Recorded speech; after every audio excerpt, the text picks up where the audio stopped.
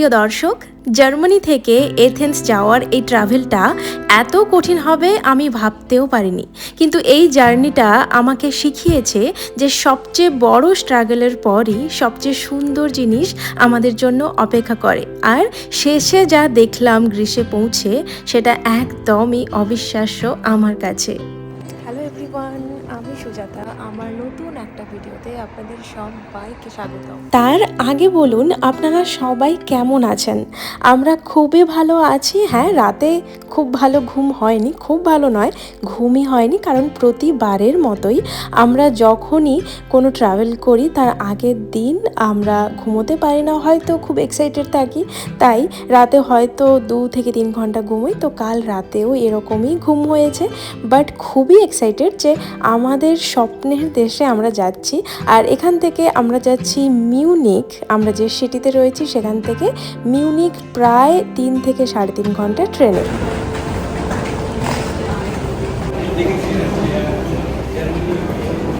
Munich যাওয়ার জন্য একবার ট্রেন চেঞ্জ করতে হবে। তো আমরা নুরেমবার্গে এসে প্রথমে ট্রেন চেঞ্জ করে তারপর নেক্সট ট্রেনে এখন রয়েছি। তার আগে আমি এখানকার ট্রেনে কি কি ফেসিলিটিস রয়েছে সেটা দেখাচ্ছি। দেখুন, প্রতিটা সিটের সামনেই যেরকম ফ্লাইটে থাকে সেরকমই একটা ছোট্ট এরকম জায়গা রয়েছে, ডেস্ক কাইন্ড অফ, যদি আপনি কোনো ল্যাপটপ রাখেন বা বই পড়তে চান, খাওয়ার রাখেন তার জন্য। আর দেখুন, একটা ছোট্ট ডাস্টবিনও কিন্তু সঙ্গে রয়েছে। আর আপনি যদি আপনার ফোনে চার্জ দিতে চান সেরকম ব্যবস্থাপনা রয়েছে। এবং সবথেকে ইম্পর্ট্যান্ট সেটা হলো ট্রেনের মধ্যে ওয়াইফাইয়েরও কানেকশান রয়েছে। শুধু ট্রেনে নয়, এখানে অনেক বাসের মধ্যেও কিন্তু ওয়াইফাই কানেকশান রয়েছে।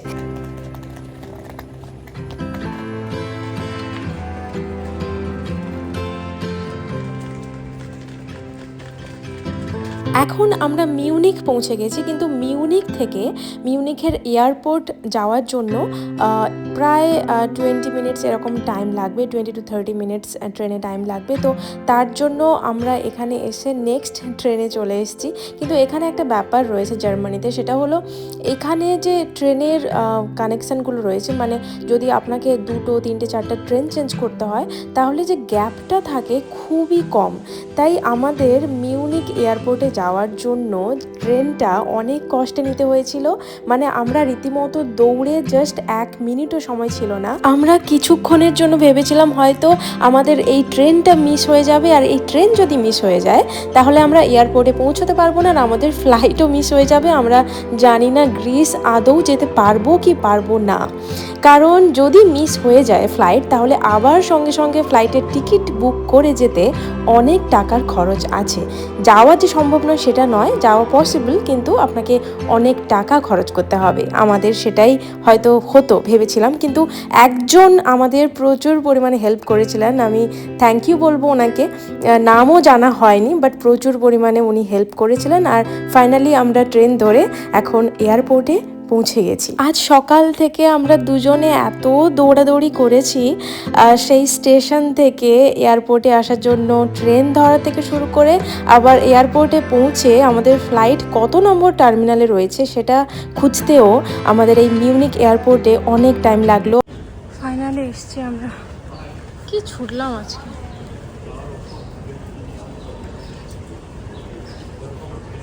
এয়ারপোর্টে এসেই প্রথমেই আমরা কিছু খাবার কিনলাম, আর সাথে আমি কফি নিয়েছি, কারণ প্রচুর পরিমাণে দরকার। এখন অনেকটাই টায়ার্ড ফিল করছিলাম।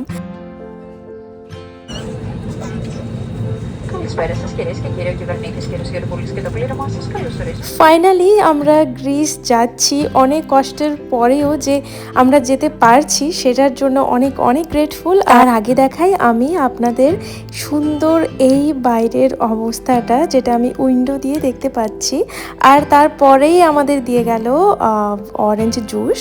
মানে এটা অপশান থাকে, চা থাকে, কফি থাকে, অরেঞ্জ জুস থাকে, আরও অনেক কিছুই থাকে। তো আমি নিলাম অরেঞ্জ জুস, যেটা আমার খুবই প্রিয়। বিদেশে আমি যেটা দেখেছি, খুব লং জার্নি ছাড়া যদি খুব অল্প সময় জার্নি হয়, যেমন আজকে আমাদের 2 থেকে 2.5 ঘন্টার জার্নি, বাট এই 2-3 ঘন্টার জার্নি হলেও একটা কিছু স্ন্যাক্স বা ব্রেকফাস্টের জন্য কিছু একটা খাবার দিয়ে যায়। যেমন আজকে আমাদের দিয়েছে অরেঞ্জ জুস আর একটা বিস্কিট দিয়েছে।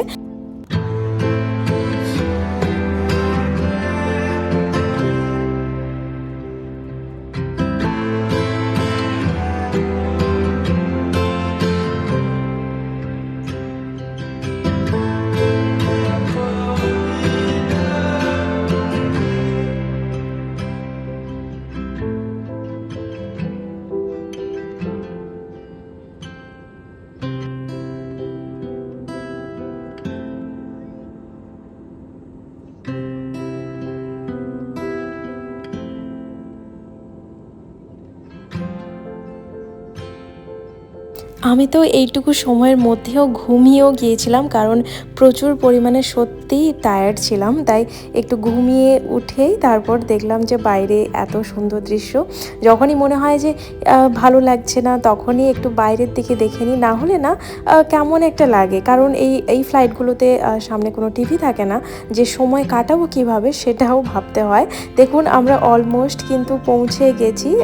এখান থেকে দেখুন ওপর থেকে পুরো এথেন্স শহরটা দেখা যাচ্ছিল।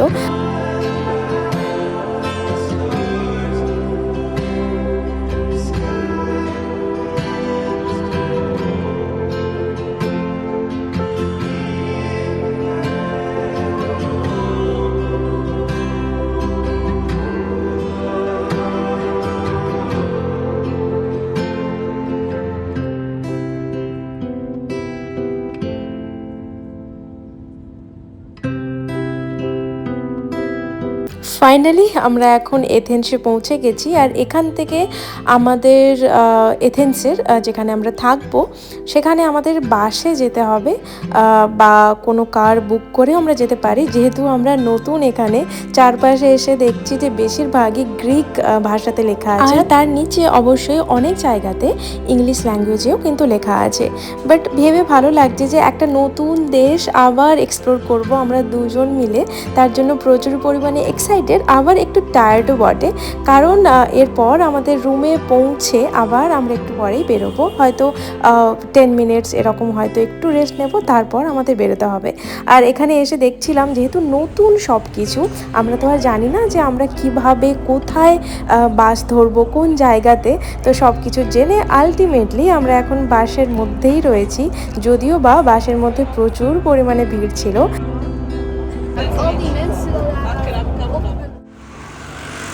বাস থেকে নেমেই আমরা হাঁটতে শুরু করেছি, আর এখন যাচ্ছি আমরা যেখানে এথেন্সেই হোটেল বুক করেছি। চেষ্টা করেছি সিটি সেন্টারের কাছাকাছি থাকার। আর গুগল ম্যাপে যেটা আমরা দেখলাম, এখান থেকে হেঁটে প্রায় 15 মিনিটস টু 20 মিনিটস এরকম টাইম লাগবে। তাই আমরা হাঁটা শুরু করলাম। ইউরোপের এই জিনিসটা খুবই ভালো লাগে যে সামার টাইমে এতটাই ডে লাইট থাকে এতক্ষণ, কারণ এখন বাজে প্রায় 6টা, কিন্তু দেখে মনে হচ্ছে যে এখন হয়তো দুপুর 3টে বা 4টা বাজে।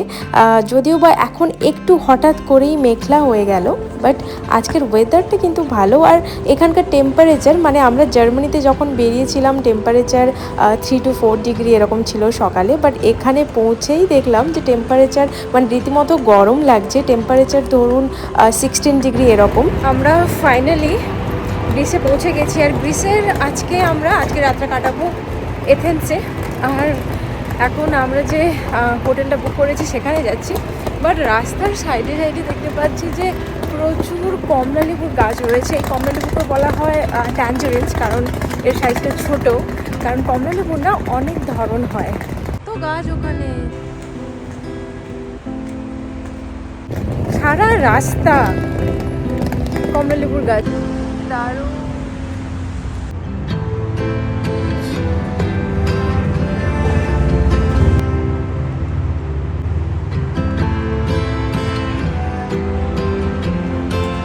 এথেন্সে পৌঁছেই আমি এত একসাথে সারি সারি কমলালেবুর গাছ দেখে আমি তো সত্যিই অবাক হয়ে গেছিলাম, এবং আমি আরও এক্সাইটেড হয়ে গেলাম যে এই শহরে আর কি কি আছে যেগুলো আমাদের অজানা।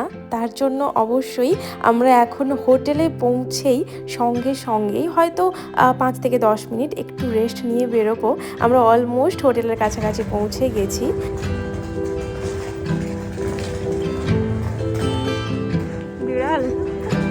চলুন আজকের ব্লগটা এখানেই শেষ করছি। যদি ভালো লাগে অবশ্যই লাইক, কমেন্ট, শেয়ার, সাবস্ক্রাইব করবেন। সবাই খুব ভালো থাকবেন। দেখা হচ্ছে খুবই শিগগিরই।